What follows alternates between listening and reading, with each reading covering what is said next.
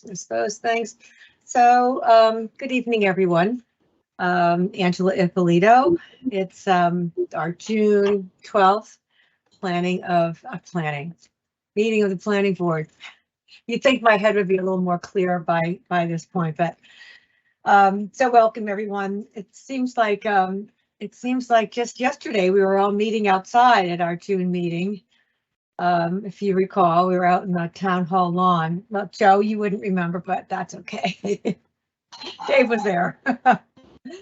At any rate, yeah, the year is, seems like it, when you look back at a year ago, it seems like it went by fast, but then not so much. But at any rate, so tonight's meeting is, we have a couple of petitions to review, but they should be sort of more on the administrative end. We're just going to be reviewing. Well, we'll start by the first item on the agenda is design review. It's petition 23 DSR 1, which was our Humphrey Street design review that we did for Dockside Pub. So Andrew Ingemi is here. They're asking us to amend and approve design for the exterior of the building, the changes that were made. He'd like to add some decorative elements. Property, of course, is at 286 Humphrey Street, and it is falls under the Humphrey Street overlay district. So Andrew, or I guess Marissa's going to pull it up and we'll take a look at what the changes are. And Andrew, if you wanted to kind of talk us through what your intent was, then please feel free. Sure. Is there an outside view? You want like a Google Street View or an outside like rendering on the I think there should be a little outside view of the plan. like this? Yeah, okay, so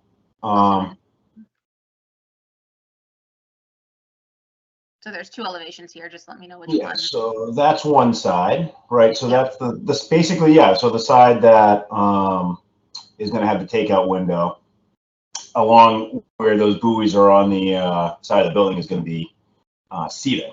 So we just want to decorate that area and make it nautical. So it's going to be the seating's going to go. I'm sorry. Go ahead. Go ahead. Oh, I was going to flip over to the other side. If you Okay. scroll down, probably it's the other side of the building. And then, right, okay, so then on the parking end of it, we just want to have some decorative paddles along the wall. Oh, paddles. Okay, so they're like oars going around the wall. Oars, Okay. yes, I'm sorry, yes. And then I think the only other thing was some festoon lighting in that, yeah, exactly, right where you are. Right where you were. It's shown on the plan right here. This like sort of zigzag. Yep, there you go. Yep, just Okay, some low so- light festoon lighting. So I have a question. So initially, where the takeout window is, just to the right of that, so if you were standing in front of the takeout window, you would immediately turn to your right and have the sign there. So, Right. And in the back of that, there was going to be storage and so forth. So I did not think that the tables extended to the rear of the building like that. Well, the we weren't allowed to put our outdoor walk-in cooler there, so we Right. had to engineer it into the basement. So You want to put, you want to put tables out the side there? yeah, it's a really great view of the ocean from there. Actually, there's like a little, like exactly where that alley is a in between where you can see the ocean. So I think it's a great little area to. And then you don't have to be next to the street while you're eating your dinner or your lunch. Okay. So again, my only concern there would be, okay, so a couple of things. So you've got the buoys on one side and the oars on the other. Right. What about the street facing side? I think there's just a awning. Okay.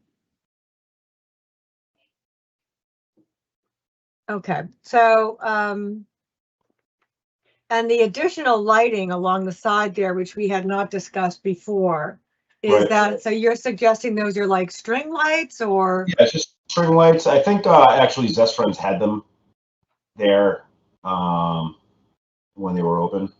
So same sort of just string lighting. Okay, and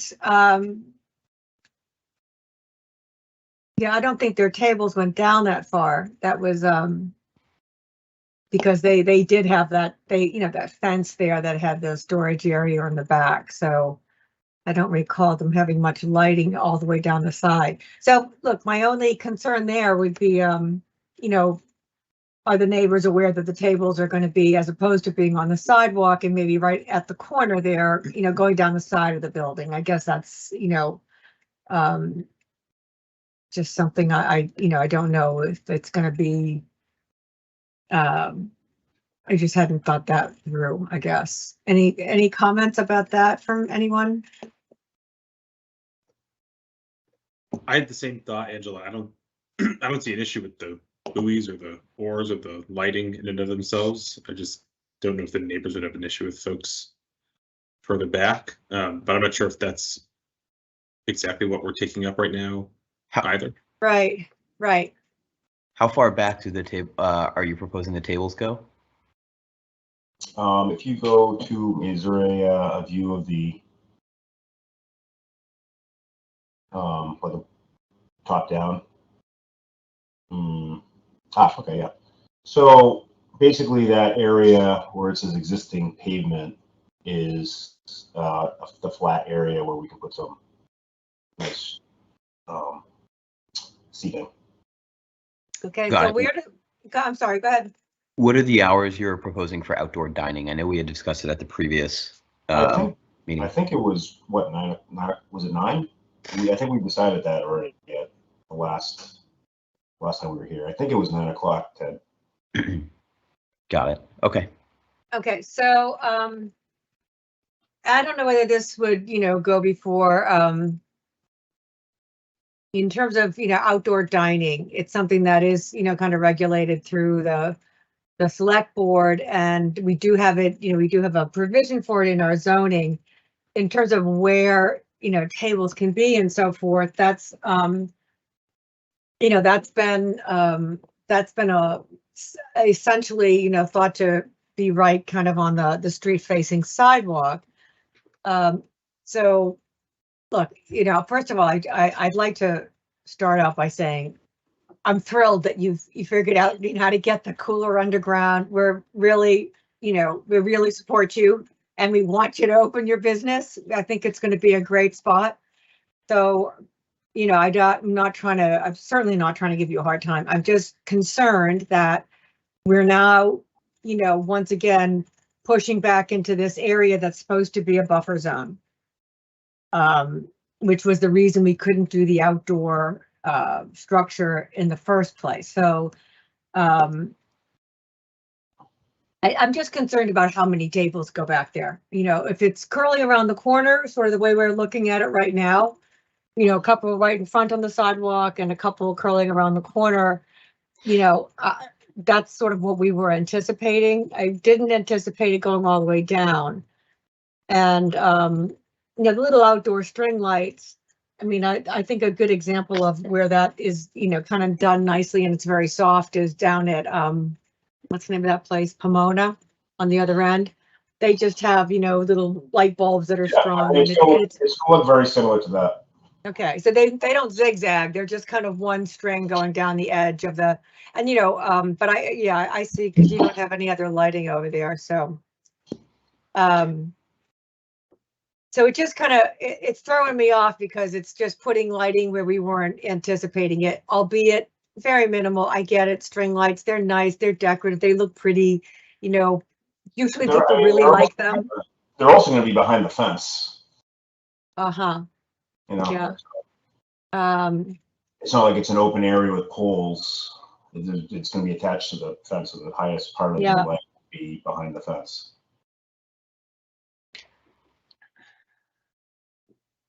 Oh, I mean, if that's a concern. I mean, they're a little lights anyway.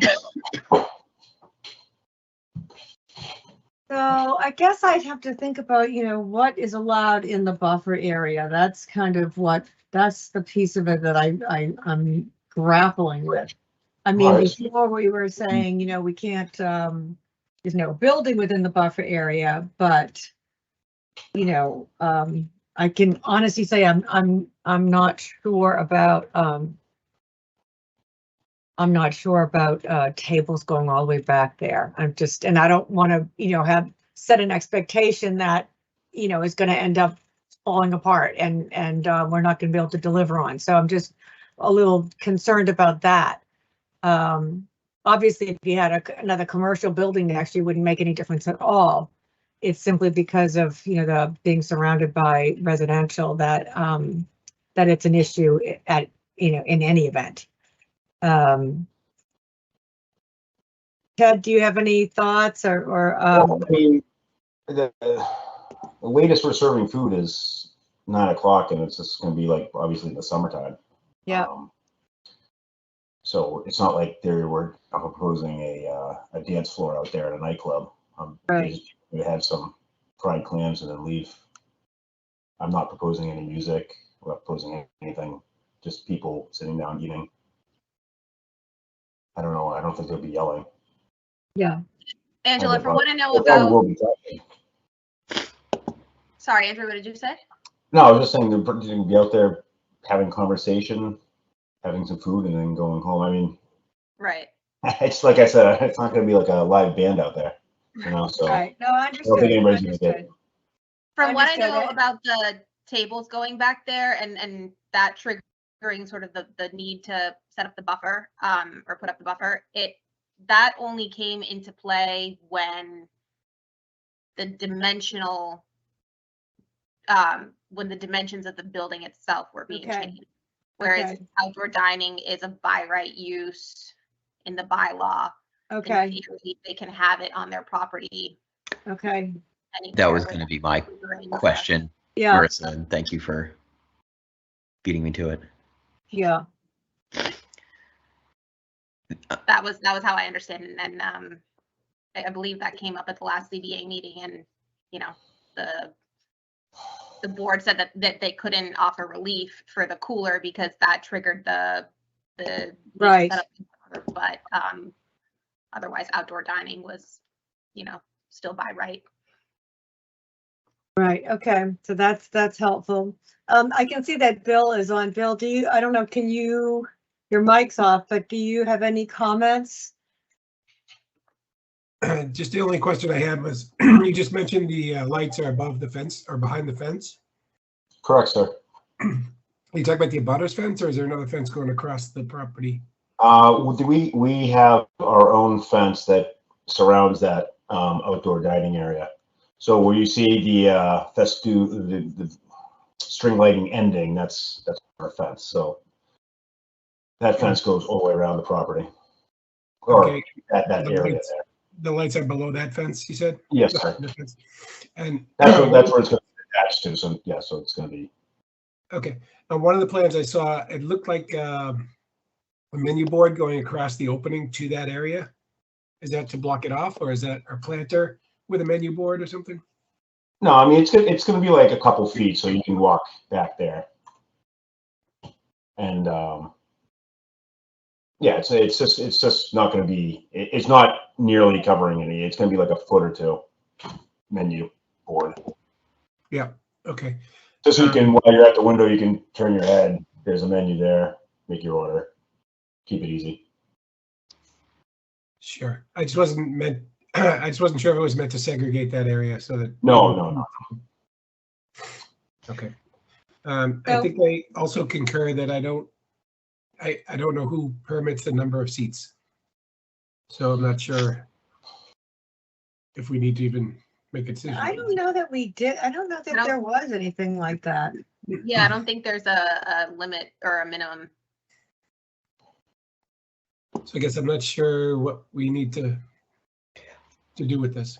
Okay, Bill, I just wanted to be clear on what, I just wanted to review the whole notion of putting seats down there and the fact that, I just want to make sure it's not disruptive and that, yeah, you're right. We're not building into that buffer. So as long as that buffer is there from a dimensional standpoint, that makes sense. The string lighting, I don't have any objection to, but I think that it should be as, very soft, and it needs to go off when the you know, when there's, after people have left that area. Naturally, yes. I agree with you. You know, as far as the decorative things on the building, I mean, I think, you know, I think it's very cute. I mean, my feeling is that like some of the pictures have that aren't, I'm not talking about your actual plans. I'm talking about some of the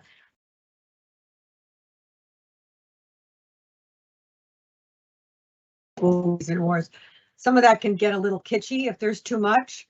It's almost like less is more. And the building, you did such a, I mean, the building's going to be so pretty that, and you know, so attractive. I just would, I guess on a my personal opinion would be, you know, a couple little pieces here and there, but you know, just to kind of less is more kind of thing, because the building is really, it's very good looking. Let me just tell you, it's going to be so tasteful. You're going to love Okay, it. I believe you. I believe you. And that's thank you. That's great to hear. Okay, anyone else have any comments? So the string lighting that's along the side of the building, that is going to be at a height that will shield it from illuminating onto adjacent properties? Yes, Ted. It's going to be attached to the fence, so it'll naturally be, you know, it's going to attach. This is the top of the fence, going to attach here. The bulb will be here. We'll be behind it all the way through. Awesome. And that's on both the, obviously I see it's attached to the property next to you, but the fence height at the rear of the property have the same effect? Yes, sir. Got it. Okay. Any other comments from the board members right now? Because I notice we have someone with their hand up and I want to make sure we take a public comment. I have nothing else. Nothing here. Okay, so Marissa, I'm not sure who had their hand up first, but if you want to. Sure. So this is Moira. She is the resident to the rear of the property at Blaney Terrace. Okay, hi Moira. You can unmute yourself and I think you're still muted. There you go. Hi, can you hear me okay? Yes, yes. Yeah, I live on 16 Blaney Circle, directly behind the restaurant. Right. And I'm very concerned about light trespassing. I am concerned about some of the ZBA laws that I've looked up and I've pointed out in the comments, in the chat comments, and wonder if they apply here. I'm sorry, I'm not reading the chat. Can you tell me which ones you're talking about? The ZBA law 3.2.2.9 regarding lighting source shall be shielded from view from adjacent properties. Right. It's also addressed in 3.4.20 and 5.10.6.0. Right. So and I'll also say that when the restaurant was being prepared for sale, that's when they started putting tables on the side and strung out the lights onto their property there. I am concerned about the precedent that this leads to should this restaurant not be successful, and how it could be referenced in future restaurant development. Again, are you talking about just the lighting? Is that right, Moira? That's right. Right Okay. now, that is my biggest objection. I will also agree with you about being in kitsch. That's a lot of ores and that's a lot of, but that's not really, you know, as long as I don't have to look at it, I already have to smell it. I already have to hear it. Every oven, every air conditioner, every customer who slams their door in their parking lot. And frankly, you know, this is just another assault on my privacy, and that illuminates, you know, my whole kitchen and backyard. And, you know, I object to it. Again, I am citing the ZBA laws for backup. Right. I understand. So those laws also, they refer to Not that I'm not disputing or dismissing at all what you said. Those laws refer to permanent lighting on structures. And this particular type of lighting would be considered it's temporary, like someone putting out lights at holiday time.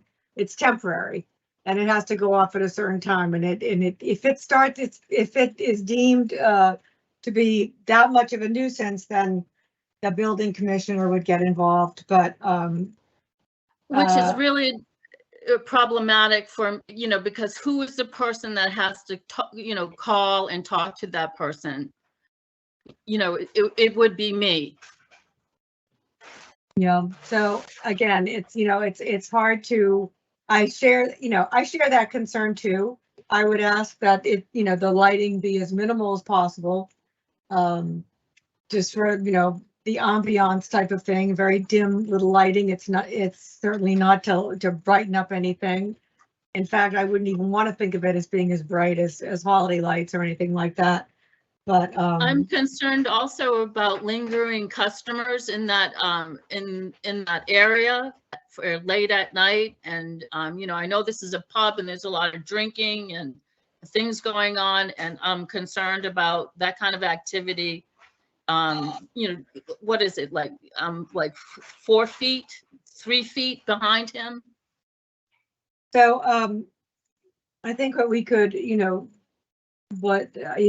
answer to that would be to, what the service stops out there at 9 o'clock. And when you mentioned and is that in lingering, writing? I believe that's part of the liquor license. And is that when those lights go on? And is that when the lights go out? It would be, yes. If there was anyone still there, I would assume that they could be asked to move to the front or move indoors. I don't know if that can get I know it's a tough balance trying to figure out how to let each of you coexist, and it's Yes. I hear you. I really hear you. Not for nothing, but I'm and sorry. it's Andrew again. Okay, go ahead, Andrew. There's, I have my fence at the end on the far left of that, sort of says existing pavement. And then there's a retaining wall. And then Moira has another fence on above that. So, I mean, I just, the fact that string lights are gonna flood her house is, I don't know, I just don't think it's possible. That chain link fence was put up by the bank that used to be there, a 9-to-5 business. It is not my fence. That stretch of land between the chain link fence and that white fence belongs to the restaurant. And that vacant, strip of land is, I think, where all the rabbits and rats are living. Well, that will be an issue for, health department will come out and take a look at that. I'm gonna make a note.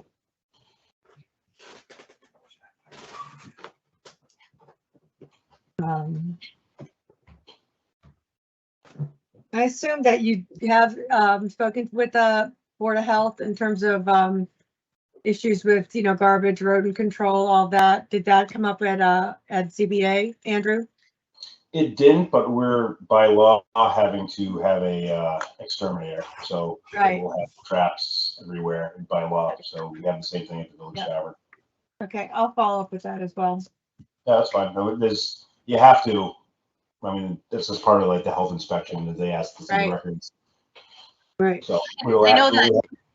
we'll absolutely have an exterminator that comes out regularly. Moira and I have spoken with the health director together as well, so he is aware Yes. Okay. of the concerns surrounding the property. But Did he make any recommendations? Did he make any recommendations that have been added to the record? What Andrew said about having a licensed pest control operator on the premises. And there are some dumpster regulations as well that are issued by the board. So that's what I'm going to request, is that we get the full recommendation from Board of Health. and that it becomes part of the record, okay? Sure. And Angela, it may just be worth noting the way the lights are proposed now, at least the way Andrew explained it, do connect to the fences, I guess, which would shield the light. I believe those bylaws mention that the lights just need to be shielded from the adjacent property owners. So Right. if it does that by the way they're engineered, I think that is worth putting in a decision or a note. Okay. It's also temporary lighting, which we'll also put in. the- Right. Okay. So, was there anyone else that had their hand up? I see you, Mr. Grimes. I'm sorry, Moira, before I cut you off, I want to make sure, did you have any other comments before? I don't mean to. Just that I appreciate your time and course. hearing me out. Of course. Thank you for being here. Thanks, Um, Moira. Thank All you. right. And Mr. Grimes, could you, Let me turn on his mic. okay. How you doing? Thank you. Hi, good, how are you? Doing great. Thank you very much for letting me take a course. couple minutes. And I'm the owner of 292 Humphrey Street, so I'm right next to the proposed restaurant. And again, I will tell Andrew that I think he's doing a wonderful job, and we're looking forward to actually dining in the restaurant. So I'm very happy with what he's doing. My concern is that on our last meeting about the liquor license you had mentioned a few minutes ago, the liquor license goes to 1 a.m. So Andrew has spoken that he would shut this down at 9, which is fine by me. 9 o'clock is fine. I just want to see it somewhere in his permit that the lights get shut down at 9. The outdoor lighting. Okay. Yes, we're talking about those string lights along the side, is that right? The string lights along the side and the board that's going to be lit for the menu. And is there any other lighting in the takeout window? I think it's just interior lighting, is that right? From what I remember, there wasn't any additional lighting there. Okay, yeah, so if you could write that in at 9 o'clock, then I'm very happy.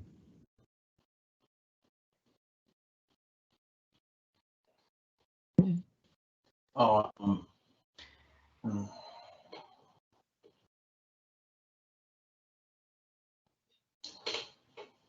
can we give people a half an hour to finish their meals?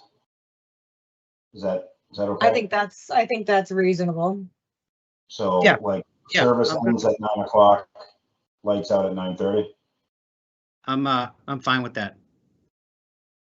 Thank you. I'd feel bad having someone order something, having them sit Yeah. down and shut the lights off on Yeah, them. I agree. I think that's, I think, there's a point at which, obviously you want someone to be able to sit there and finish their dinner. And then, Yeah. also, then Moira brings up the point of what if they are kind of having their drinks and loitering all night? Well, they can't keep ordering more drinks and they have to move inside to order another drink. So that's kind of Yeah. how that would go anyway. Okay. Thank you. So, yep, you're welcome. Thanks. Okay, anyone else comment? Okay, so seeing none, we're going to come back to the board and if there are no more comments from the board, I think we could make a motion then. First of all, are there any more comments from the board before I just jump right ahead? I have Okay. a question. Sure. What time does Little G and G Bar have to serve their customers I outside? don't know. I don't know. And, I think that I don't know what time they close outside. It seems like the service outside probably goes till, I don't know what time they close. Does anyone know what time they close? I vaguely remember voting. Was the hours of this part of what we voted on a town meeting for outdoor dining and liquor service a few years ago? Because I know we had to vote on that because it's the sidewalk area is public property. Yeah. Right. Which if there is an hour limit there, I Say that would be in again? favor of making it consistent between the two. I think you're right about that.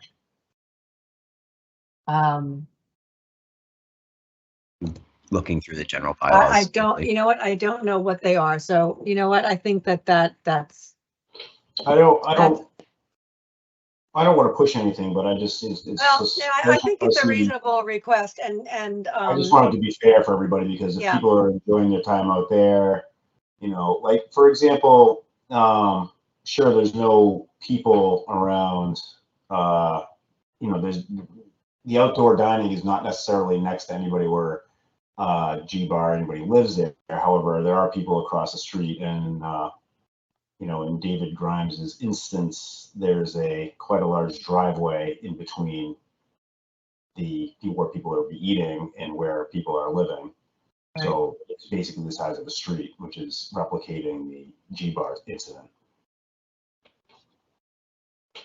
So, yeah, I think that's, you know, I think that's a fair request, and yeah, the difference is that there is the residential surrounding you. However, I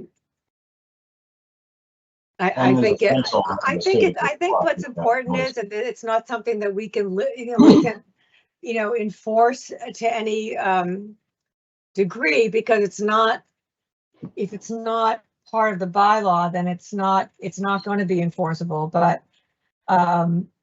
I think there's a concern from the neighbors that there is some consideration for the fact that there is a residence behind you and next to you. I think that's their concern. I think, you know, I absolutely agree with that, and I sympathize with that, and I can absolutely put, you know, some signs up on the fence area that says, you know, keep voices at a talking level, please concern our neighbors. And I've seen that in other restaurants, and it just reminds people, and we can remind people I just don't think it's going to be anything that people think it's going to be, because first of all, yeah. Everything is surrounded by a fence. It's not open area, so voices to travel. People are across, you know, there's other fences behind us, and then there's like a large, I mean, basically a very large driveway on the other side of that, on the other side of the fence, until you get to the house. So I think people talking is not, I don't even hear them. So I think it's a little more, maybe more elevated concern than it needs to be. But I will absolutely put signs out there that says, please be courteous to our neighbors, keep the voices down. I'm just looking at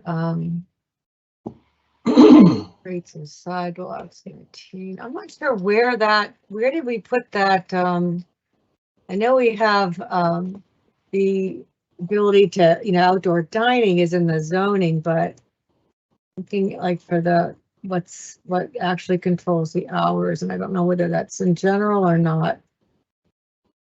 I feel like we did this at 2022 town meeting. Gonna look at something quickly. I know we had, in terms of the use, was we added that, but I'm just scrolling through right now, so just give me a second and want to see if I can find the let me put that. No, this isn't it. This is different. No, it's like driving on the sidewalk, this and that. So we don't have, it's not on. No, it's not in the general bylaws, so that it's going to be just in the zoning. Whatever it is, I agree that we have to. I agree that we have to be consistent with the zoning bylaw for every business. So that's only fair. So the requests that get made, you know, they have to. Part of it's just going to have to be, you know, agreeing that there are, you know, that there are neighbors on either side, and that, you know, as we've just discussed, that you, Andrew, and the owners and whoever's managing or working that night will be considerate of people who live there. And in receiving restaurants, 18. So I have it under use. Let me just go there. Take a peek at them.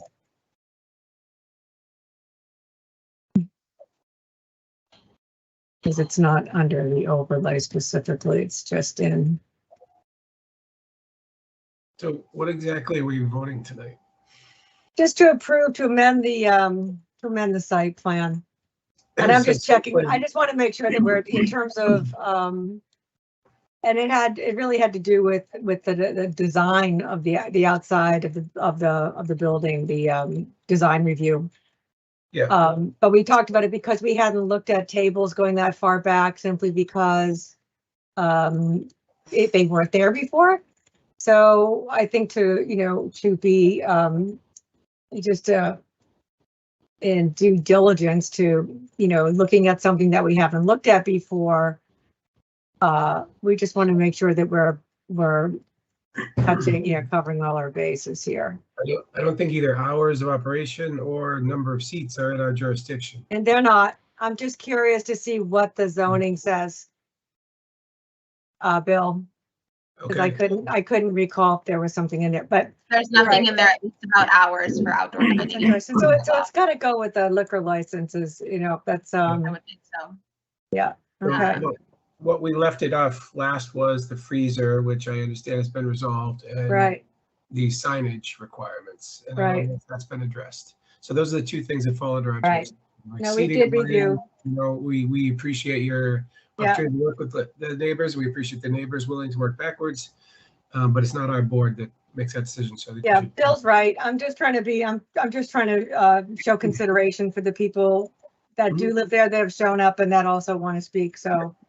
Yeah, I understand, but also. But you're right, but Bill's right, and so at this point, I think that we do need to just take a vote on amending the design review to include the decorative outdoor oars and buoys as depicted on the site plan. So if we are in agreement on that, then someone can make that motion and we can get a second. And So again, I'm not sure that needs a vote either. So to amend the design review. yeah, so the design review is going to be amended for signage and things like that we haven't seen yet. So I don't think we have enough information to vote on that. We could vote again. Last time we took a 4-0, that's fine. But we don't have the full package yet with signage. I thought we did look at signage. Yeah, Bill, we voted on the signage last We month. voted on the sign, I think. Did I We miss did. something? Yeah, Were you not here, we maybe? voted on the signage in April. Well, Actually, it no, was it was April. May 1st. It was following. No, the it was first May, yeah, hearing. it was, yeah. Oh, that's what it was. That's what it was. Right before town meeting, right? Yeah, we did. Okay. Okay, so, Apologies. well, then if you don't feel it's necessary to take a vote, I'd like, then we don't have to take a vote on design review. I mean, I don't, Oh, so you tell me, I don't know if it requires a vote. Like I see a couple different, I think we should. designs. Like there's nothing there that in the designs that would violate the bylaws. So if we're voting that the new buoys and the oars don't violate the signage, then sure, we can vote that. I think that we should, because it's a before- change. Sorry, Angela. Go ahead. What were you Oh, gonna say? no, I was just Marissa? gonna say, I have a couple hands raised again. I don't know if we want to Oh. take them. Sure, we can, sure, well, of course. Okay. Go ahead, Myra. You should be able to. Sorry, I didn't have my screen up. I didn't even notice. Sorry about that. Could you let Dan go first, please? Go ahead, Dan. So I did, thank you very much. So I did a little research and G's on Mondays, Tuesdays and Wednesdays close at 9 p.m. outdoors and 10 p.m. Friday and Saturday, and they're not open on Sunday. So those are the hours that they're open. Secondly, I'm not asking about the number of tables or the number of seats there because that is under your jurisdiction of the restaurant. I'm asking about the lighting to be shut down. I don't care, the tables can stay there, it doesn't matter to me, but the lighting and the sign lightage is my concern. And that's what I'm asking to be shut down. I think we all agreed upon at 9:30. And I'd like that to be written in the permit. We can't put anything like that in a permit because we don't control time on that. The planning board doesn't control time. it's one thing to discuss it at the meeting and to have, essentially the public agreement by, to have the owner here who understands the concern and have it become a topic. I can put in a letter that we discussed it, but we can't vote on that because that's not under our jurisdiction to say what time you can open or close. In any event, for anything, it wouldn't be up to us to say what time you open or close. So what you're saying then is because the liquor license says at 1 o'clock in the morning, that they can have those people back there until 1 o'clock in the morning and the lights on. Well, that's, technically yes, but it seems like Andrew is, wants to be accommodating, wants to be respectful of the immediate neighbors of the property and is willing to cease outdoor dining at 9 p.m. I totally understand that, and I do appreciate Andrew, and I'm not talking about Andrew. I'm talking about the next person that comes down. If there wasn't, we have a very unique situation here. You have a restaurant up against a residential house. The bedrooms are on that side, and you really don't have any place else in the town that I know of that has this specific problem.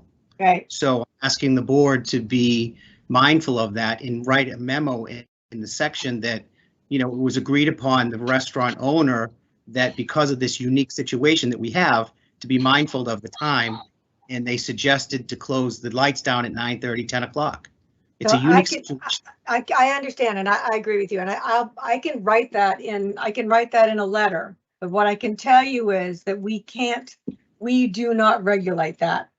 For example, if, I can say that was discussed and, record it as if it were, minutes of a meeting and say that this was what was discussed and this was what was, generally agreed upon. But all I'm saying to you is we can't vote to codify that time in our letter because we don't have the power to do so. Who does? I don't think anybody does. If it's part of a general bylaw, then it would be enforced by the police department. If it was part of the zoning bylaw, it would be enforced by the building department, but it's neither written in either bylaw. And So, actually, it's part of isn't it part of the liquor license? if So it's part of the liquor license, then it's the police department. I thought, okay, so it's the police department. So who grants a liquor license that goes till 1 o'clock in the morning? Who is that? I wasn't Select asking board? that question. I was like, who No, I'm allows? I'm actually asking, I believe it's the select board that grants that permit. Is that right? Right. Right. And the time that goes with it. Right. And I believe Okay. the liquor license was granted until 1 in the morning. Okay, so we're talking about outdoor dining. Now, Right. we Is don't the- have any additional regulations on that. No. Right. The common And so if it was in victuals the zoning license. bylaw, it would be enforced by the building department. If it was in the general bylaw, it would be Yeah, enforced by yeah. the police, but it's in No, neither. I hear you. It's an issue. Yeah. So is there a common victualer's license as well as a liquor license? There is a common victual license and it usually runs with the hours of operation listed on the common victual license run in accordance with the liquor license. So the liquor common license victual license dictates is it, or is it issued the other way on around? Sorry. Like which one prevails? Because I think that's what Dan's question is, Well, right? you wouldn't have one contradicting the other.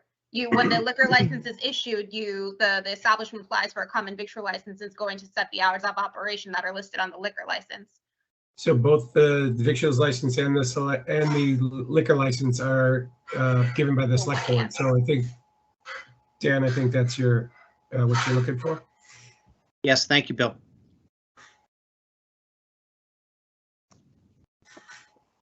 Okay, Moira, did you have a comment as well? Just to echo Dan's comments of the close proximity, the prevailing wind, especially in the summertime, unfortunately, is southwest, which is what the building faces. So not only smells, but noise, comes this way. And again, just subject to, further creep of my invasion of privacy and quality of life, and having quiet time in my own home without hearing a restaurant. Thank you. So the only option, I guess, the only solution there would be for there not to be a business there or not to be a restaurant there. That's kind Well, of, there's the rub right there, because, you know, the Beatrices and the banks, you know, I've been here 27 years. You know, I've paid $250,000 plus in taxes. You know, I contribute to this town. The services that I require, I have no children, you know, no schools. I do the roads and the beaches. understood, and- understood. I'm just saying that we don't, the fact is that it is a business, you know, it is a business district. And certainly at this, you know, there's, it, unless there would be a reason for the town to feel as if they need to, you know, they need to forbid, you know, to kind of out, you know, to change the use there, then that would be the only option at this point. That's, I can be honest with you, it's very unlikely to happen. So, I understand that, but I also don't really understand how this got changed from the 1.5 parking. And then, you know, the restaurant couldn't be here, and then it could be here, and there's no parking for customers. There's no parking for deliveries. There's all this, you know, congestion. And I'll just throw in this, I know this is separate, but maybe it needs to be heard. Getting out of Blaney Street with all the parked delivery trucks and the expanded sidewalks, taking a left and a right-hand turn is extremely dangerous. I think that this little curve in the road here is at maximum capacity and then some. And, you know, never mind the smells and the noise in our neighborhood. It's extremely dangerous. And I also remind people of the 3 people that were killed, you know, within a block of this area. I know that's not what we're talking about, but I think it's worth, you know, your decisions impact, you know, people for years. And I'm one of them. Thank you. thanks for your comments.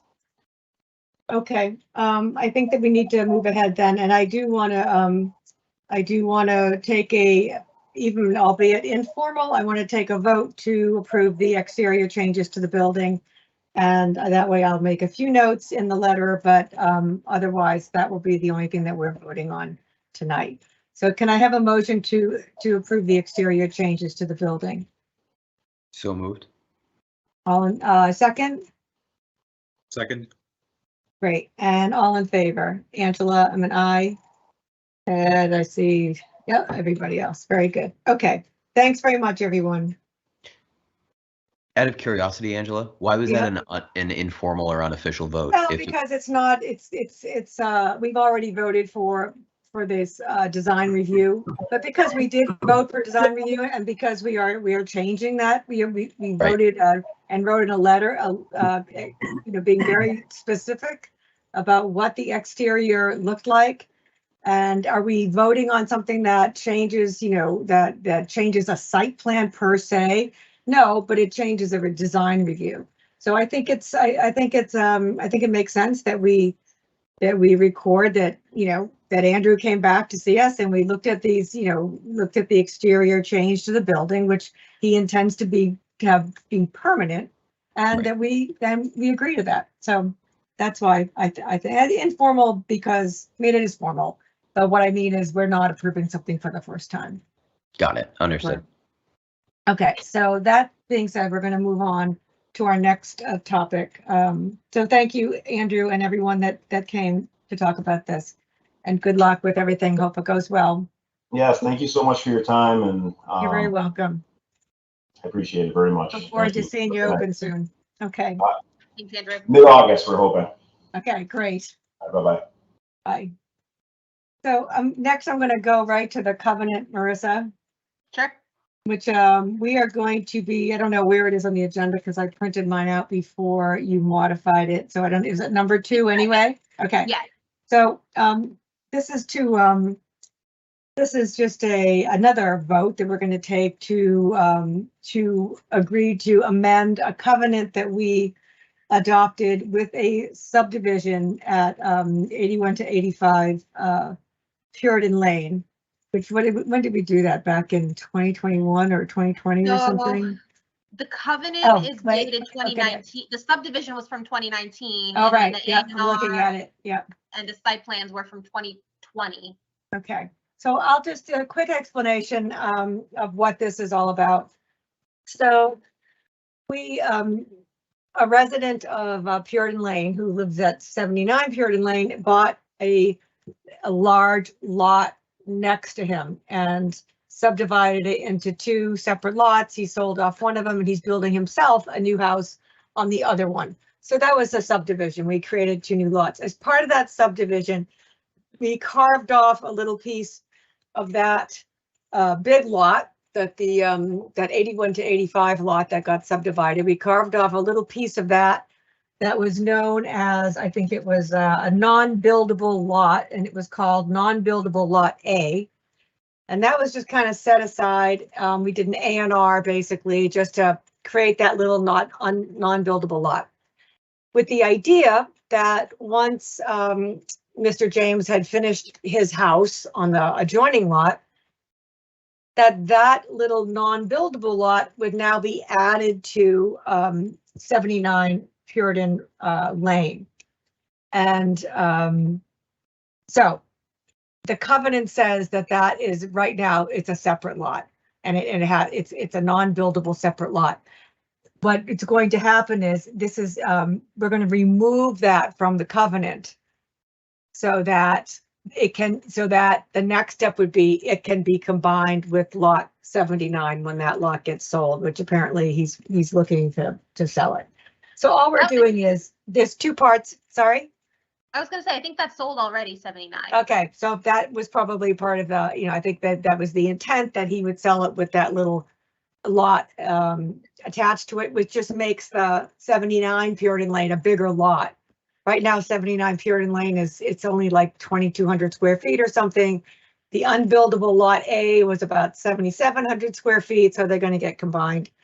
So there was 2 parts to the covenant. One was that a little lot was separate, and the other is like I think it's like $50,000 bond that runs with this subdivision until the subdivision, both houses are complete, and then the DPW has to go there and confirm that all of the engineering, all of the plumbing and the electrical and the sewer, that everything is connected properly. Then they release them from the rest of the covenant. Right now, since we granted the A&R, we are releasing them from that portion of the covenant only. And that's what this says. So are there any questions about that? It's pretty straightforward, but we do have to vote on it. Yep. We do have to vote? Yes. When was it added to the agenda? We added it to the agenda. When was it added, Marissa? Today.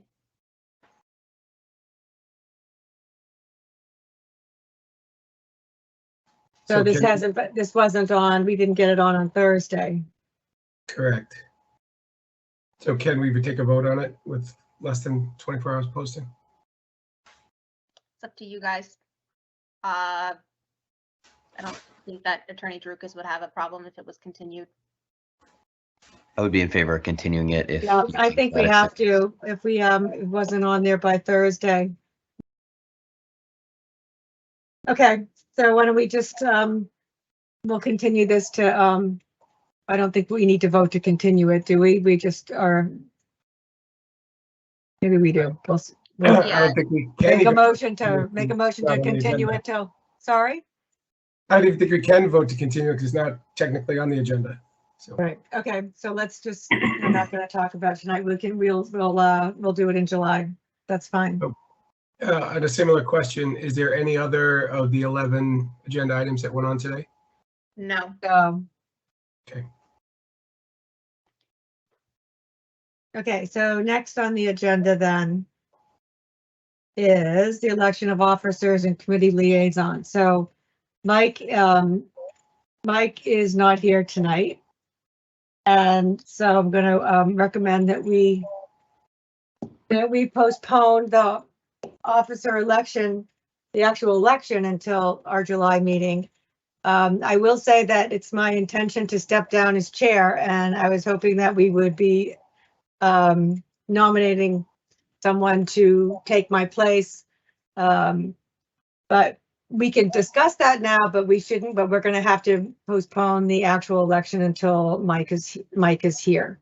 So if there's anything that anybody wants to bring up or question or discuss, please feel free to do so. You say we move it to July. Yeah, I agree. Okay, great. So that's gonna get moved to July. And we'll move the liaison appointments at the same time. So we're just gonna do a quick read. In preparation for July, could we have a list of the liaison appointments we have now and what's open and what's going to be? Yeah, I was gonna review that anyways, but yes, I will Okay. do that. Thank you. We'll send it out with the agenda. I So do. the news- Just on that subject, and I can bring it up at the item number 11. There was an update from the Earth Removal Advisory Committee, the committee that I am the liaison to, that I would like to share with the planning board for their consideration before I bring it back to the ERAC for our next meeting. Okay, So I can bring that up now or at the. yes, I think you might as well. Why not? Understood. So at town meeting this year, we approved a new earth removal bylaw that said something to the effect of any project that was excavating more than 400 cubic yards of earth was subject to a earth removal permit by ERAC and ultimately the select board. Their questions were how best that can be incorporated with the planning board process and applications and such. So they were asking me what, from the planning board perspective, when we're reviewing projects, what is the best way for us to ask a developer to provide some of that information in a way that is streamlined with the other things that we ask for when we do things like a site plan review.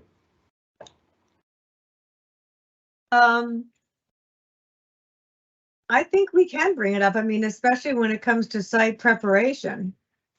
You know, we talk about, you know, if anything has to be excavated or blasted, or if there's any kind of site work like that. I mean, I think that's obvious in a site plan. Right. So if it's indicated in a site plan that there will be, you know, demolition or excavation of any kind, and we can actually put this into our guidelines. It's evident from a site plan, you know, sometimes we're going to get a house that wants to add on a second floor, and that's clearly not going to have any earth removal impacts. Okay, so that's one thing. You know, Marissa, you could take down that subdivision thing. I think it's still up on the screen. Yep. Thanks. I believe And- the bylaw only the ERAC bylaw only applies for multifamily or commercial properties. So like a single family home wouldn't necessarily have the ERAC bylaw apply to it. Really? Why is that?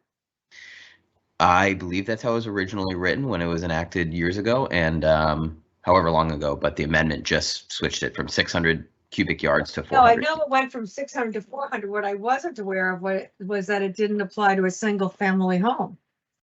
That is That's my kinda understanding. That seems weird. Yeah. Yeah, that is my understanding. Probably unlikely that there would be that much removal for a single family home, but Well, still. if it's new construction or if something's being demolished and rebuilt. I mean, it's not that, you know. Anyway, we can address it, but what I would do is in our processes, and I'm going to be adding something for not similar, but along those lines for the Affordable Housing Trust. So we're going to say for when we're looking at a site plan, if it is evident from the submission, from the application, that there will be any kind of excavation or demolition, we should be, you know, we should ask the petitioner to be prepared to estimate how much is going to be removed. All right, and then all we can do at the checklist? What? Is it on our site review checklist? No, it's not. And what the ERAC is asking us to do this, and what we can do is we're not going to add it to the checklist. We're going to add it to our procedures. And just as we're going to ask that, for example, And then we can, we'll have an opportunity to bring it up. I mean, I've often thought that this is something that should be, at what point does someone apply for a permit? Unless, I mean, sometimes, in fact, I can think of one instance recently when the building commissioner literally had to go over to the site and say, it really looks like you're removing a lot of stuff here. How much is it altogether? And, they never kind of went to apply for the permit ahead of time. So, I mean, it's like either we try to address something on the front end or we try to scramble and address it on the back end. So it's just, if we can, call it out in a process, why wouldn't we?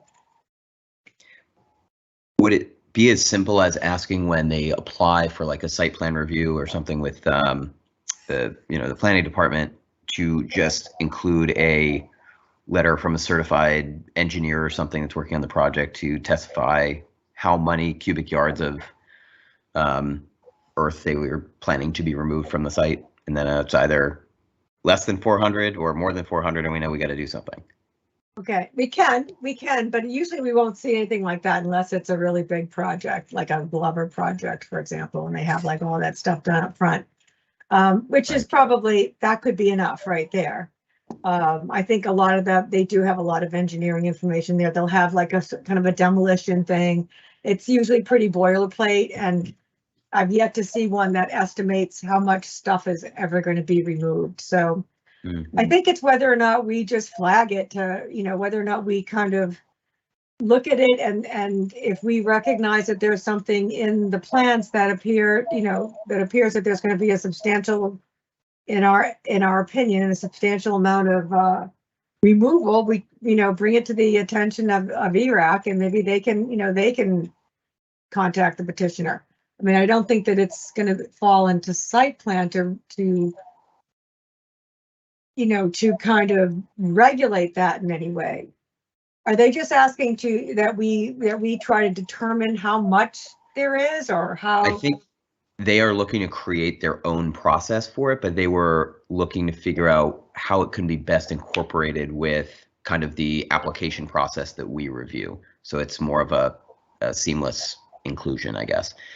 Because I believe, once this comes up, they have to do their own approval of the project, from my understanding. Which I've been the liaison for 2 years, and we've never had a project that's come before ERAC, I don't believe, to my recollection. Well, I mean, other than putting, some kind of mention in the processes, I'm not sure. I'd have to give it some thought, but does anyone else have any thoughts on that?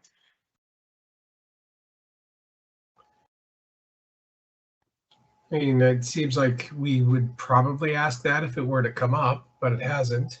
It could be maybe right on the application for development. I don't know how that's controlled, or who controls that. I guess that would be building department. Yeah, it would be building. So, I mean, I think what we can do, will demolition be involved? Because they don't really have, well, they apply for site plan. They don't really have to apply for a demolition permit at the same time. So we could ask if demolition is going to be involved, or any kind of excavation. Will demolition or excavation be involved? And maybe at that point it could trigger. Yeah, so cut and fill. We ask about cut and fill. Yeah.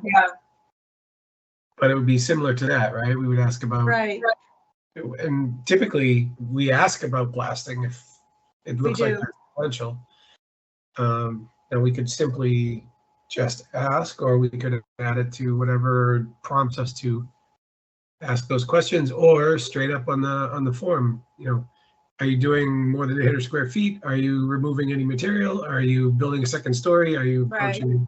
That'll determine who it goes. And then in that case, we'll go to ERAC, right? Not us. Right. So when we look at earth removal, Ted, they're just literally looking at sort of excavated earth. They're not looking at construction debris, correct? It's dirt you take off of the site and remove. Got it. That's what I want. Not blasting, any soil or anything, right? Whether there's blasting involved or not. Any earth that's removed. So if you're digging a basement, or it wouldn't necessarily be a basement unless it's a huge project, but like a undergrade parking or something. Okay. All right, let me find a way to kind of put that into this kind of procedure thing that we're going to be looking at. I was going to send that out to you tonight, but I wanted to make a couple more edits. So that'll be something else that we can look at. Likewise, the other issue I was going to add into the site plan procedures was in terms of the Affordable Housing Trust. When we distribute out copies of site plans in advance to various boards and so forth, I had already added the piece about, historical commission of the building 75 years of age or older, because that hadn't been in there. I could say ERAC if there's any kind of earth removal involved. And I was also going to say if the plan involves the development of multifamily structure of 3 or more units, that which is technically multifamily, right? Then I would just notify the Affordable Housing Trust. Not that they need to do a damn thing, but it's always sort of after the fact that they find out that there's a multi-unit project that's going to happen, instead of being notified ahead of time. And the developer may have no interest in doing anything, which is fine. I still think Affordable Housing Trust needs to be notified upfront so that they know what's happening in terms of multifamily housing, and so that they can be effective. So I'm going to add that. Anyway, I had and other than that, it's just going to be sort of very administrative changes that, I've been requiring fewer copies because we're, trying to reduce all the paperwork and so forth. But other than that, it really has to do with timing of our meetings so that appeals processes can be completed in time for zoning to go ahead with their next meeting. And it has more to do with that. And so once I get all those little drafts finished, I'll distribute it to everybody and we can look at those drafts, make comments, mark it all up, and then in July we can discuss those. The only other zoning that I think, might pop up before, in the next few months is maybe an application for an ADU, which I think we're all pretty familiar with. I mean, Joe, I don't know if, I think you have reviewed the zoning. I don't know if you have any questions on the ADU process. I mean, it's a by right process. So it's not something that would even really be coming to planning, but, I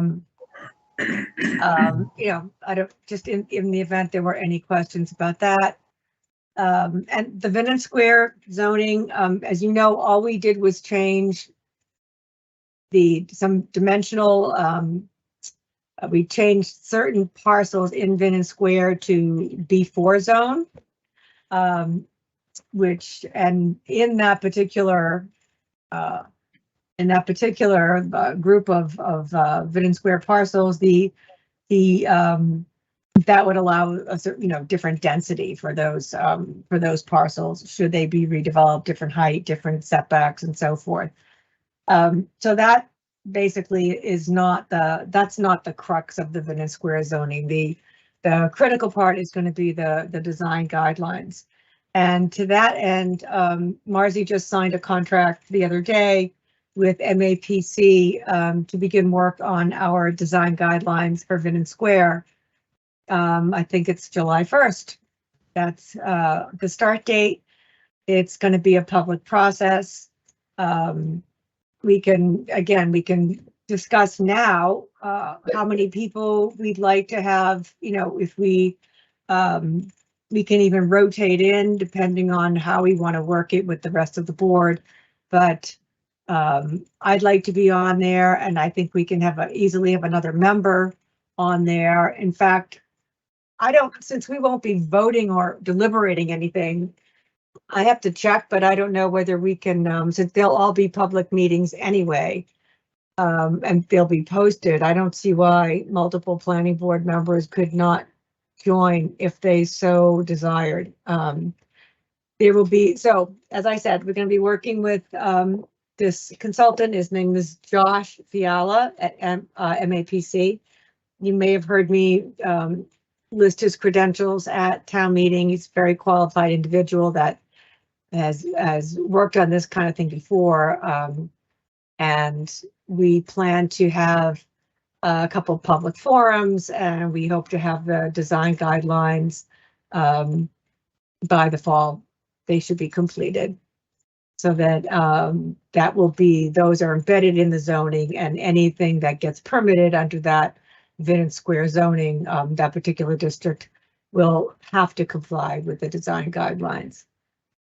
Angela, what was that process going to look like? Like in terms of, is it going to be a discussion and then he'll draft a first draft and then subsequent discussions? I You guess. know what I'll do? I'm gonna have, I'll ask you to, Marissa, you must have it too, the whole scope of work.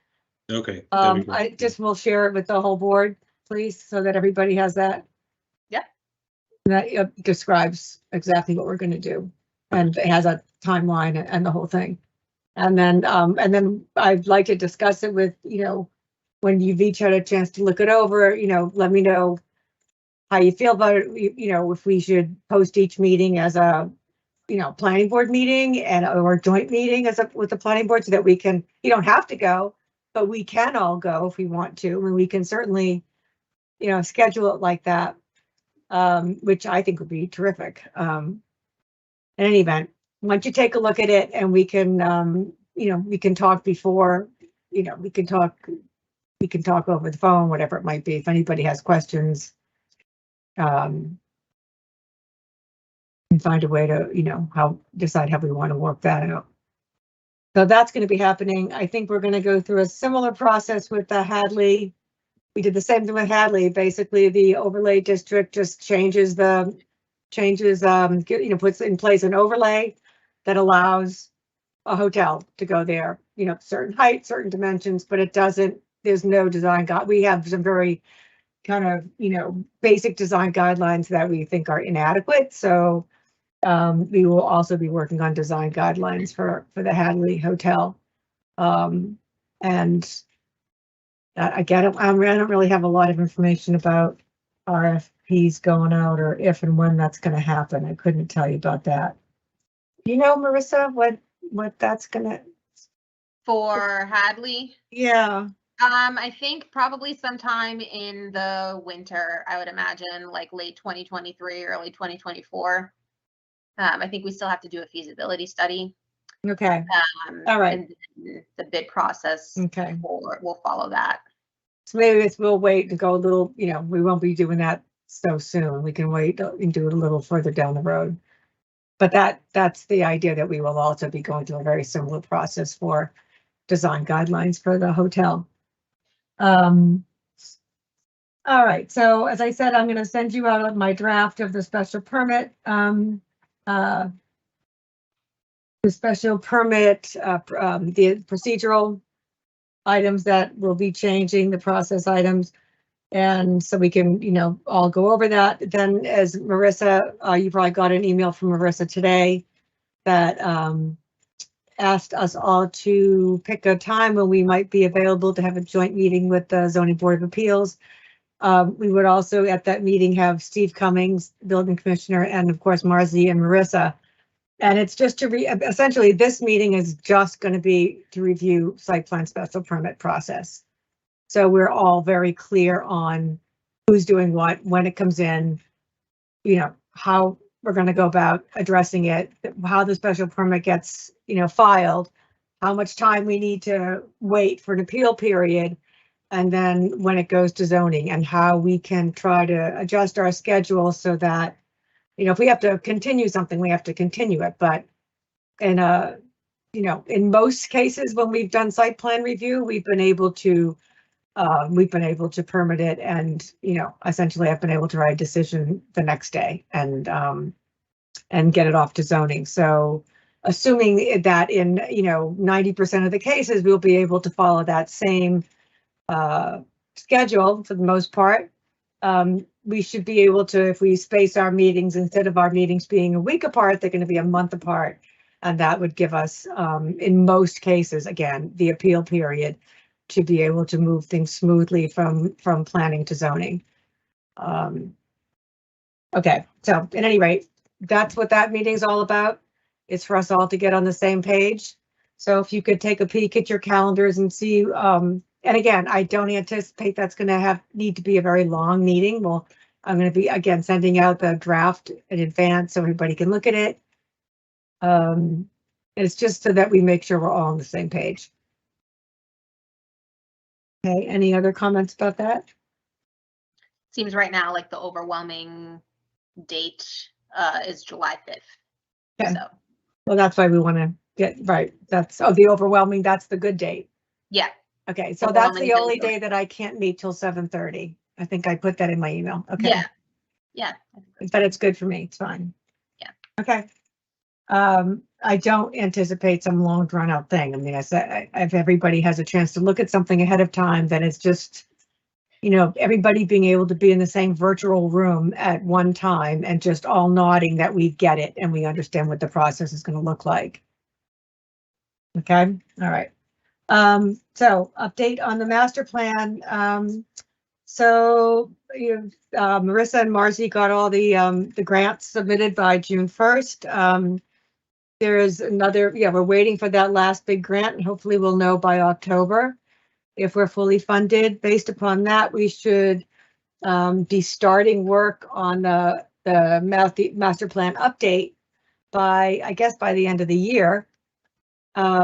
And again, we are planning to use MAPC like as we did the first time for the 2025 update to the master plan.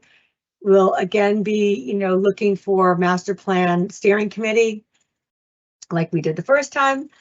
And I'm not sure how, I can't remember, quite frankly, how the steering committee was chosen in 2015, 2014. But I know there were about 19 of us, and I can't remember whether it was select board that chose them or whether we had a questionnaire or whether it was the town moderator. I honestly can't remember. So Marcy had put out an email to all of them to try to pull together some recall on how we went about setting up those committees so that we can be prepared when we do get going on it. So more to come on that. I just want to tell you that the funding, it looks like it's going to be there, and we have engaged MAPC to run the master plan update, and that will be happening in the fall. So that's really good news. As far as the 3A zoning, we just got some information back from Bowler Engineering today. They're the consultant that Marcy was able to hire with the what was it, a mass housing grant, something like that. And anyway, they have submitted some preliminary zoning for us. I have not even had a chance to look at it. I'm going to ask Marcy how she wants to go about doing this, if she wants to distribute it to everyone to look at, and it's a lot of information to review. So let me, how does the board feel about looking at preliminary zoning for 3A? Do you want to, do you want to review all those materials? Is that something that you'd like to receive and review? I mean, I would love it if everybody did, but it's something I'd like to just kind of putting out there. I would like to. I can only speak for myself, but I think that would be helpful. Yeah, if they've put something together, I'd like to see it. But if it gets, boiled down a little bit further before it's really in like a manageable condition, that's okay. Yeah, I think their mapping is pretty final. It's whether or not we want the mapping to be exactly where they ended up putting it is another issue, and that's where we do have a little flexibility. But I see no. Sorry, I didn't mean to cut you off, Angela. It's okay. No, I see no reason why why we wouldn't distribute that. So. Yeah. How did they come to the conclusion of where some of these zones were? What was their thought process? Well, just using it's what they're doing with every community. They're using the existing density in a certain location where we have the amenities, okay, and where we have the ability to expand if necessary. They're looking at that and they're saying, okay, it fits here, and we can put it in this we can overlay this particular area with that. and we can require the 15 units per acre density, and it works. So in our community, we're required to have 20 acres, and 25% of that has to be around the rail station. So that would mean 5 acres, right? So right now, we have about 6.5 around the train station, and the rest of it's over at Vinton Square. So you'll see where they put it. Yep. And take a look and let's know how you feel. Oh, sorry, I was going to say one of the first exercises that they had us do was fill out a matrix of sorts that had us sort of, I filled it out and sent it back to them. It was like a breakdown of all of our residential and like residential zoning, or residential and business zoning districts. And what I think they did was, and it was a spreadsheet, and they asked, is this zone for multifamily housing? If yes, up to how many units? Is a special permit required? All these just like very basic questions that they asked. And what I think they did was they took that and they, and then consulted further with Marzi and Angela and myself, but they, applied the 3A zoning to a district that we already have where multifamily housing is already allowed, so as to not make it a super drastic change. Imagine taking multifamily and, sticking it into a zone that's zoned for single family owning, the single family only right now, versus sticking it on top of a zone that's already zoned for multifamily. So I think that matrix was sort of a baseline source of material that they used to then craft the zoning on top of that. And, critical to all that was the transportation piece of it. Of course, Right. It is the MBTA communities zoning. So the idea was that it should be, there a certain percentage of it had to be right around the rail station, and the rest of it could be in a, bus area, but where we had substantial bus service. And so Right. the only place that really fit for us was Vinton Square, where we had kind of two, Essex Street and Paradise Road, substantial bus service. So that's kind of where it's sitting. Again, we can take a look at it and see, I think their numbers in terms of all the breakdown they do about the town and the density and everything that has, all the numbers that they have crunched in terms of our data, like the density of the town overall, and how much in compliance are we already with 3A, that type of thing. That's all done. So the mapping is the part where they're recommending where this can go. And then the zoning is essentially, it's a standard zoning. When I put together the zoning for Vinton Square, a lot of what's in there, I took from the 3A zoning. For example, the procedures and essentially dimensional use, where certain lot lines should go, how the interconnectedness of buildings, the pedestrian-oriented nature of buildings, everything that has to do with access to transportation, and all of those things that we had, put into the Vinton Square zoning came from this. And then, of course, the guidelines will be a whole other piece of it. But so it's really interesting. There are quite a few documents, and they're really data rich. There's just a ton of information in there. So again, not final yet, but I'll be really curious to know what you think about the zoning. Now, the state had already submitted or made available to cities and towns some sample 3A zoning. However, now Bowler has taken it and sort of crafted it to work for Swampscott. So we can look at that, see if we, what we would change, what we might not want to change. Does it work for us? Is it just right?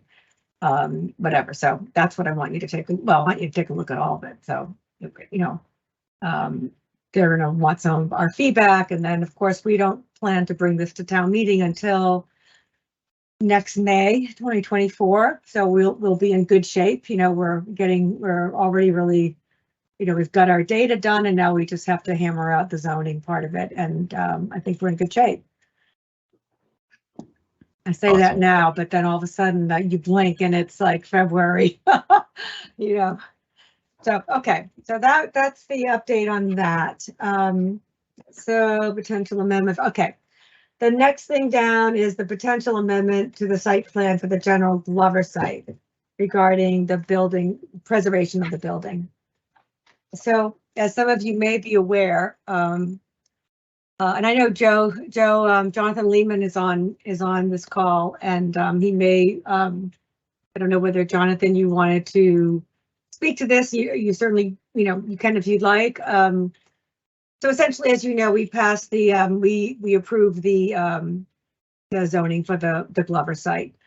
There was a lot of concern on our part and a lot of other people's parts about the fact that the original circa 1750 house that belonged to John Glover, where he spent the last years of his life, actually still exists on the property, albeit, quite deteriorated. There is a substantial bit of the house there, and there has been tremendous interest with the 250th anniversary of the American Revolution coming up, and a lot of celebration nationwide, but especially in this area.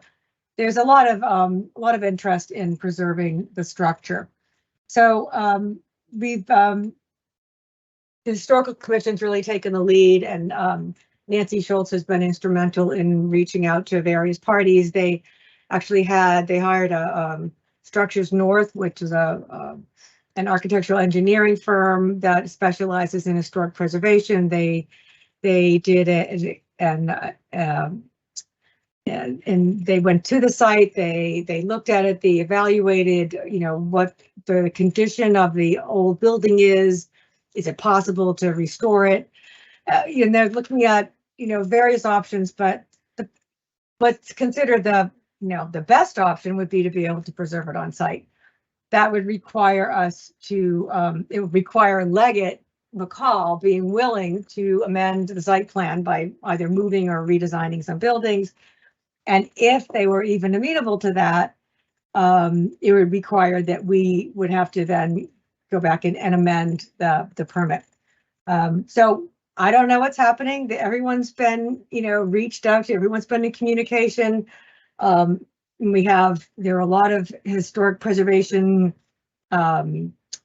people that have been in the loop, or the townspeople from Marblehead, from Swampscott, from Essex Heritage, there are several preservation architects that have chimed in. That we have quite a bit of interest locally in this project, and of course Leggett is very much aware of it.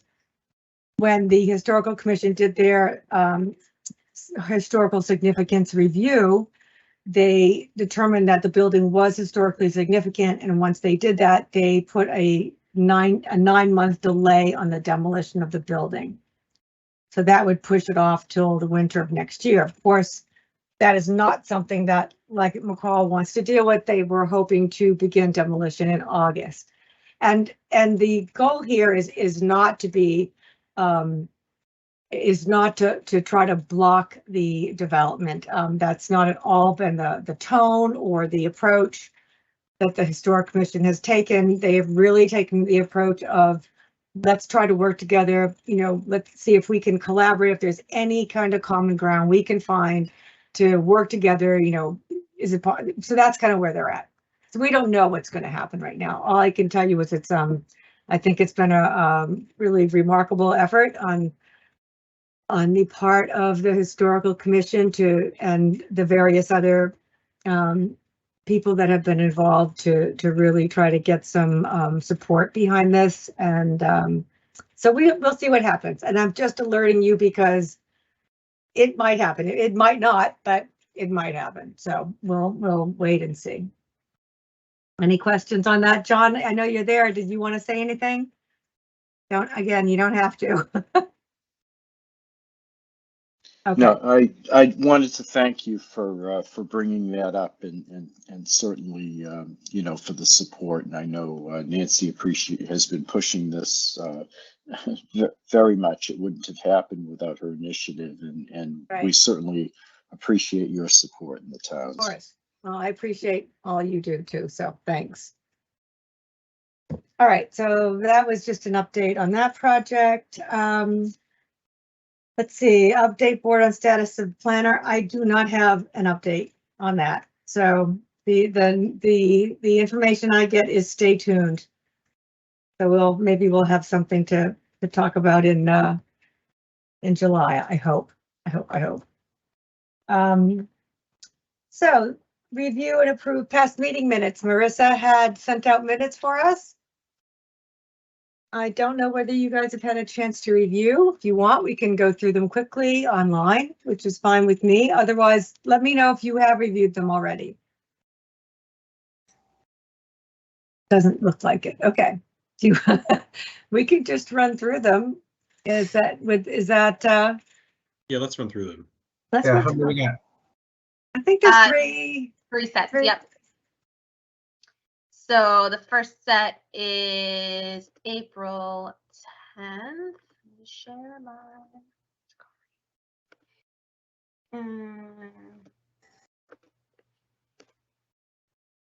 Okay. So the first order of business that evening was the presentation of the Climate Action Plan. Martha Schmidt, chair of the committee, presented the plan before the board. The board offered some comments about where the climate action, I can't remember the full name of their Climate Action Plan Committee. It's written right there. The board explained where they can be of most help, especially when it comes to changes in the zoning bylaw that promote, climate change friendly policies and regulations. Then there was a discussion regarding the accessory dwelling units. I'll just let you guys read through, and then if there's anything that jumps out, let me know.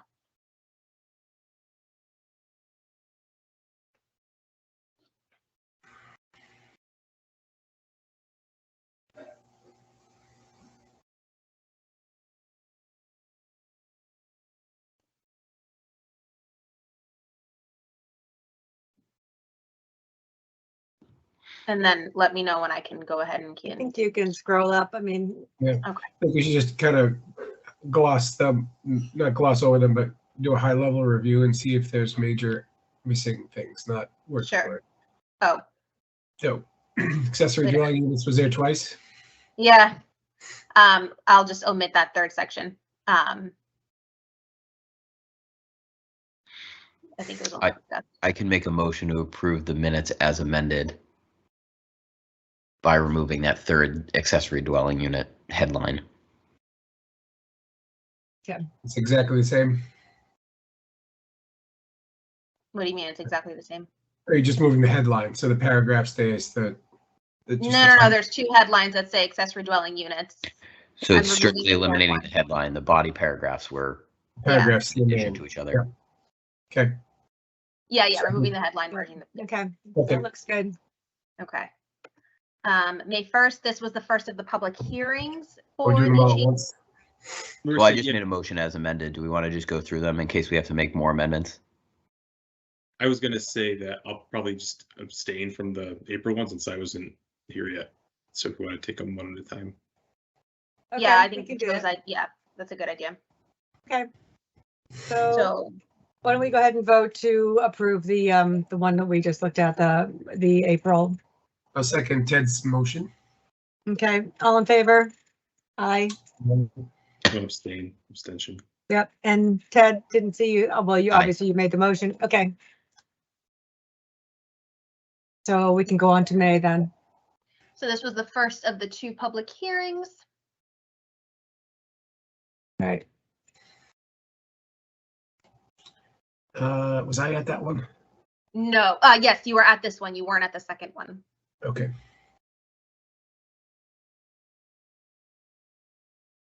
Yes, I remember. Right. Okay. So ADUs and then site plan procedure. Yeah.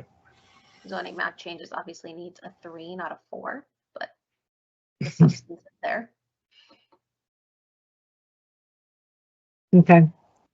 Looks good. Okay. And then May 8th. So Bill, this is the one you were not here for. Okay, so you want to approve the last one? Because how are we gonna do this? We have to have 3 people, right? Oh, that's true. We should, yeah, because Joe can Okay, at least vote It's on, fine. yeah. Yep, we can approve Joe that. can We vote can on May approve May 1st. 1st. Yeah, I was So there can for the first. okay, so motion to approve May 1st minutes as amended. Is that where we took out the, did you take out a number? You just changed the number of the paragraph, Yeah, that's all. change 4 to 3. Not a big deal. Okay. Can I have a second? Second. All in favor? Just raise your Aye. hand so I can see you all. Okay, great. That's unanimously approved. Now we're on to May 8th. Okay.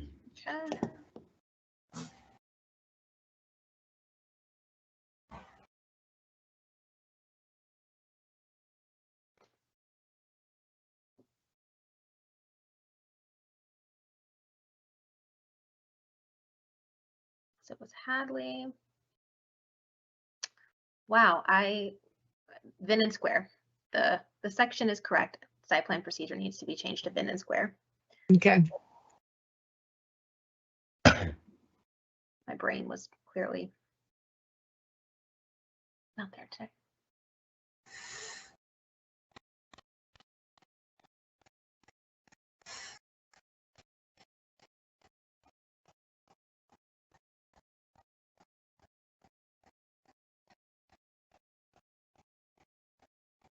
And then this is where we had the sign review for Dockside. So I didn't remember Okay. that.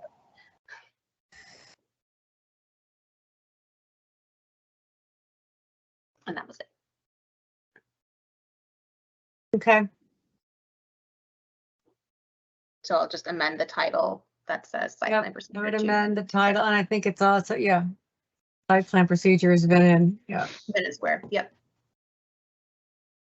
And then Okay, so with that, I can motion to approve the minutes as amended with that brief okay, can we have a amendment. second? Second. Okay, all in favor? Oh, Bill, you're not voting on this one, that's right. I was not there present. Okay, so I get the 3 of you, Ted, your vote, okay, great. Yep. It's unanimous, thank you. Okay, awesome. Thank you. Thank you. so thank you. Okay, is there any other business that anyone would like to bring up tonight? I did just want to mention one quick thing. I was informed by a member of our audience tonight, who happens to be a select board member, that the RFP for the Hadley School Hotel is being brought up this summer and should be finalized before the end of the summer. Oh, that's good to know. Okay. Thank you. That's all I got there. Pine Street one is going out soon, I think, in the next week or so. Which one Okay, is so that? then the idea that would be that they would be touring the property to show people the property. Is that my understanding? I think that's For Pine Street? no for yeah. For Hadley. Hadley. That was I my don't know, actually understanding. don't know anything about Pine Street. Is there any update there or? The bid should be released, or RFP, whatever you want to call it, interchangeable, I guess, in the next week or so. Okay.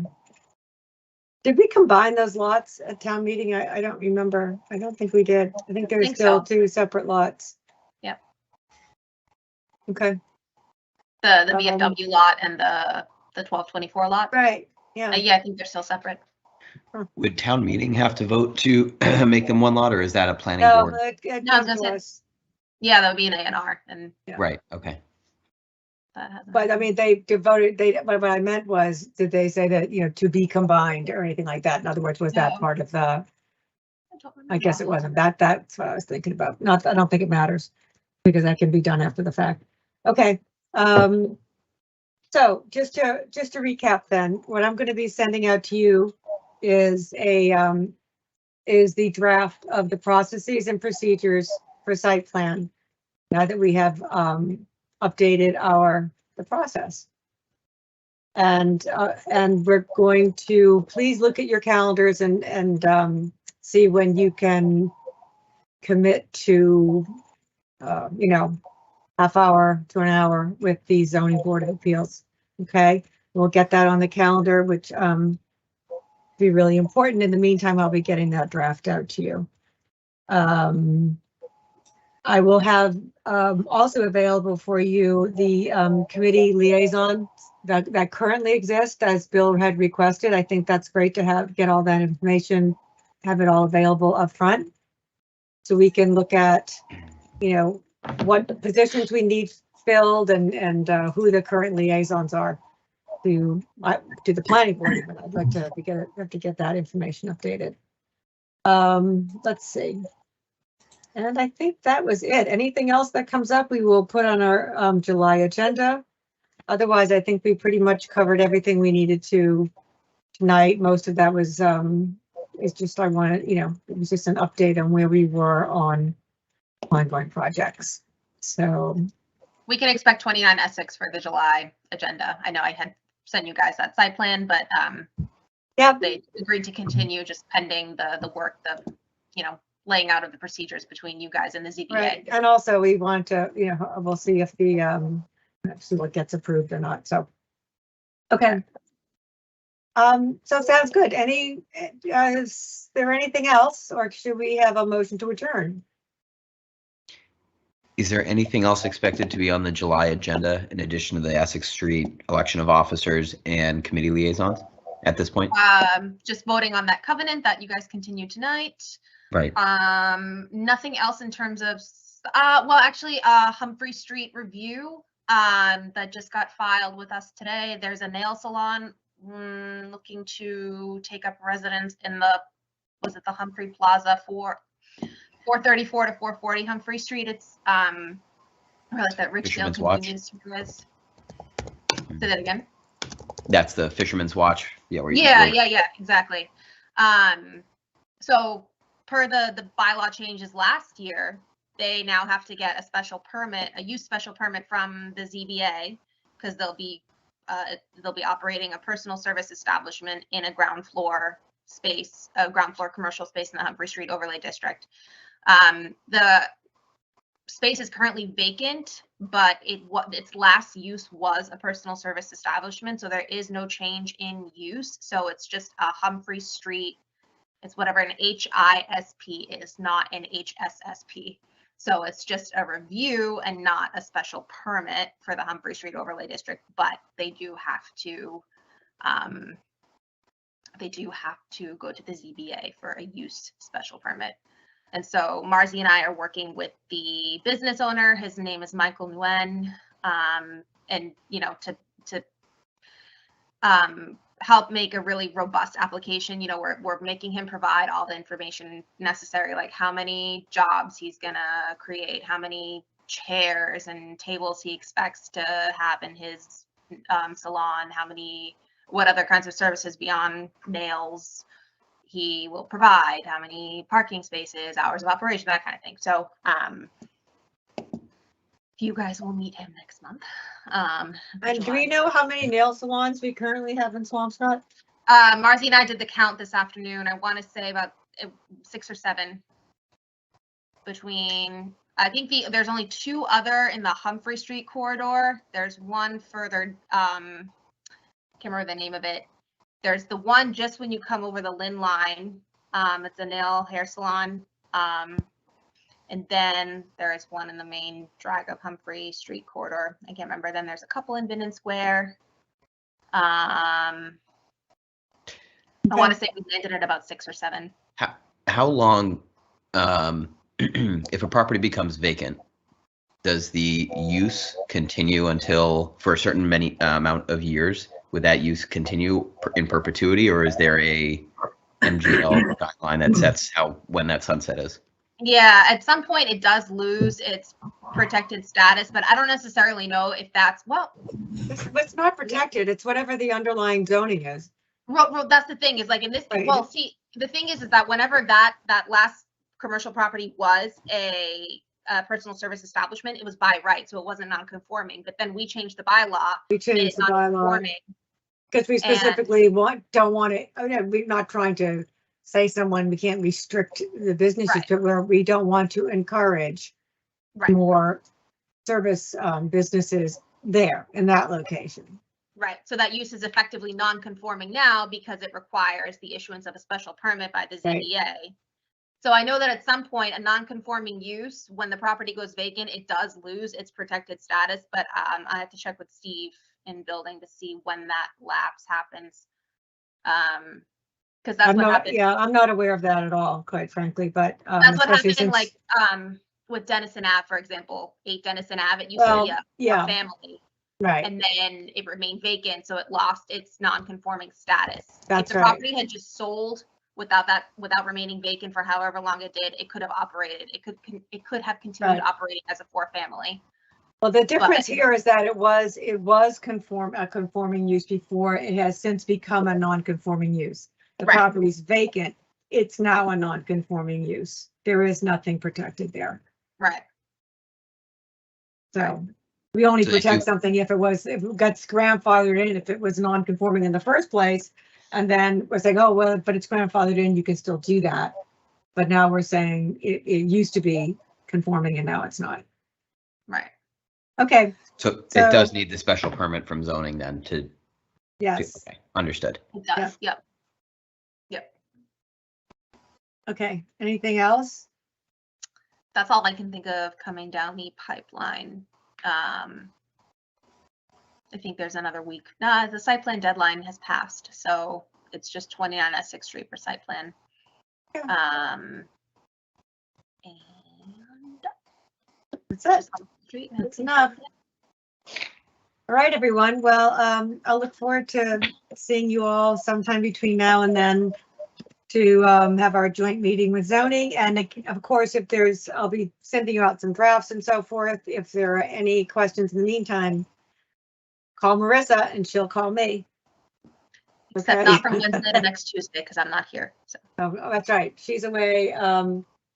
You're away. Wait, I'm away next week and you're away the week after. Is that how it goes? Oh, no, you're away no, next I'm leaving Wednesday night and coming oh, back. this week, right. Yeah, and coming back the following Wednesday. But I'm away next week, so.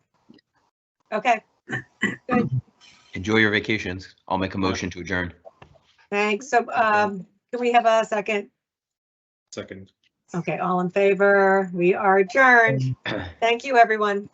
Thanks, Good guys. night. Thanks. Thanks. Thanks. Have a great night, everyone.